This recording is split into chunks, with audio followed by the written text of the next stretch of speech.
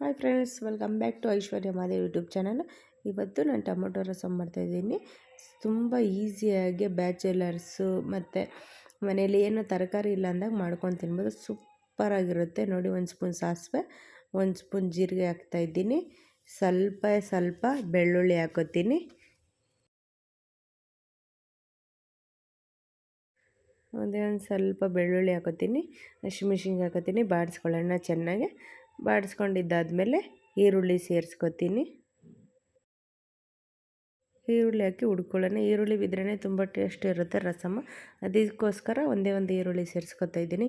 ತುಂಬ ಏನು ತರಕಾರಿ ಇಲ್ಲ ಅಂದಾಗ ಮತ್ತು ಹೊರಗಡೆ ಹೋಗಿ ಬಂದಾಗ ಬೇಜಾರಾಯಿತು ಏನು ಸಾಂಬಾರು ಮಾಡೋ ಅಂದಾಗ ತಕ್ಷಣ ಇದು ಸಾಂಬಾರು ರೆಡಿಯಾಗುತ್ತೆ. 5 ನಿಮಿಷದಲ್ಲಿ ಮಾಡ್ಬೋದು. ಟೊಮೊಟೊ ಈರುಳ್ಳಿ ಹೇಳಿದರೆ ಸಾಕು. ಒಂದೇ ಒಂದು ಸ್ವಲ್ಪ ಅರಿಶಿನ ಹಾಕೋತೀನಿ, ಒಂದು ಅರ್ಧ ಸ್ಪೂನಷ್ಟು ಧನಿಯಾ ಪುಡಿ, ಇನ್ನೊಂದು ಅರ್ಧ ಸ್ಪೂನಷ್ಟು ಅಚ್ಕಾರದ ಪುಡಿ ಹಾಕಿದ್ದೀನಿ. ಯಾಕೆ ಅಂತಂದರೆ ನಾನು ಆಲ್ರೆಡಿ ಹಸಿಮೆಣ್ಸಿನ್ಕಾಯಿ ಹಾಕಿರೋದ್ರಿಂದ ಅದಕ್ಕೆ ಅಚ್ಕಾರದ ಪುಡಿನೂ ಕಮ್ಮಿ ಹಾಕ್ತೀನಿ. ಈಗ 2 ಟೊಮೊಟೊ ಹಾಕ್ತಾಯಿದ್ದೀನಿ. ಟೊಮೊಟೊ ಹಾಕಿ ಸ್ವಲ್ಪ ಬಾಡಿಸ್ಕೊಳ್ಳೋಣ. ಅದು ಮೆತ್ತಗಾಗೋ ತನಕ ಚೆನ್ನಾಗಿ ಬಾಡಿಸ್ಕೊಂಡಿದ್ದಾದ ಮೆತ್ತದಾದಮೇಲೆ ನಮ್ಗೆ ಎಷ್ಟು ವಾಟರ್ ಬೇಕೋ ಅಷ್ಟು ಹಾಕೊಳ್ಳೋಣ. ಇದು ಮೊದಲು ಎಷ್ಟು ಬೇಕಷ್ಟು ಮೆತ್ತಗಾಗಕ್ಕೆ ಬಿಡೋಣ. ಚೆನ್ನಾಗಿ ಬಾಡಿಸೋಣ.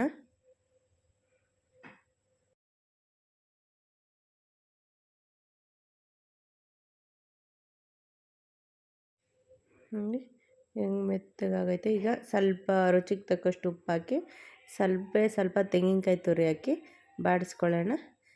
ಬಾಡಿಸ್ಕೊಂಡಿದ್ದಾದಮೇಲೆ ಎಷ್ಟು ಬೇಕಷ್ಟು ವಾಟರ್ ಹಾಕ್ಕೊಳ್ಳೋಣ.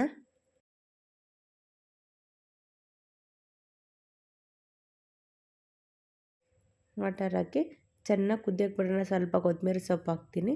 ಕೊತ್ತಂಬರಿ ಸೊಪ್ಪು, ಕರ್ಬೇವಿನ ಸೊಪ್ಪು ಈ ಸಮಯದಲ್ಲಿ ಹಾಕ್ತೀನಿ. ಕರ್ಬೇವಿನ ಸೊಪ್ಪು ಎಣ್ಣೆಲಿ ಏನಕ್ಕೆ ಹುರಿದಿಲ್ಲ ಅಂದರೆ ಹಿಂಗೆ ಮೇಲ್ಗಡೆ ಹಾಕಿದ್ರೆ ನೀರಲ್ಲೇ ಅದು ಚೆನ್ನಾಗಿ ಹತ್ತಲು ಫ್ಲೇವರ್ ಬಿಟ್ಟು ಚೆನ್ನಾಗಿ ಟೇಸ್ಟ್ ಕೊಡುತ್ತೆ ಅಂತ ನಾನು ಅದಕ್ಕೆ ಮೇಲ್ಗಡೆನೇ ಹಾಕ್ತೀನಿ. ತುಂಬ ಟೇಸ್ಟಾಗಿರುತ್ತೆ. ನೀವು ಟ್ರೈ ಮಾಡಿ. ಹೇಗಿತ್ತಂತ ಕಮೆಂಟ್ ಮಾಡಿ. ಫ್ರೆಂಡ್ಸ್ ಆ್ಯಂಡ್ ಫ್ಯಾಮಿಲಿ ಶೇರ್ ಮಾಡಿ. ನೋಡಿ ಸೂಪರಾಗಿರುತ್ತೆ ಫ್ರೆಂಡ್ಸ್ ರಸಮ್. ಬ್ಯಾಚುಲರ್ಸ್ ರಸಮ್ ಅಂತಲೇ ಹೇಳ್ಬೋದು. ಈ ಬ್ಯಾಚುಲರ್ಗಂತೂ ಆರಾಮಾಗಿ ಮಾಡ್ಕೊಳ್ಬೋದು. ಸೂಪರಾಗಿರುತ್ತೆ. ಒಳ್ಳೆ ಟೇಸ್ಟಿಯಾಗಿ ಹುಳಿ ಖಾರ ಟೇಸ್ಟಿ ರಸಮ್ ರೆಡಿ. ನೀವು ಟ್ರೈ ಮಾಡಿ. ಹೇಗಿತ್ತು ಅಂತ ಕಮೆಂಟ್ ಮಾಡಿ.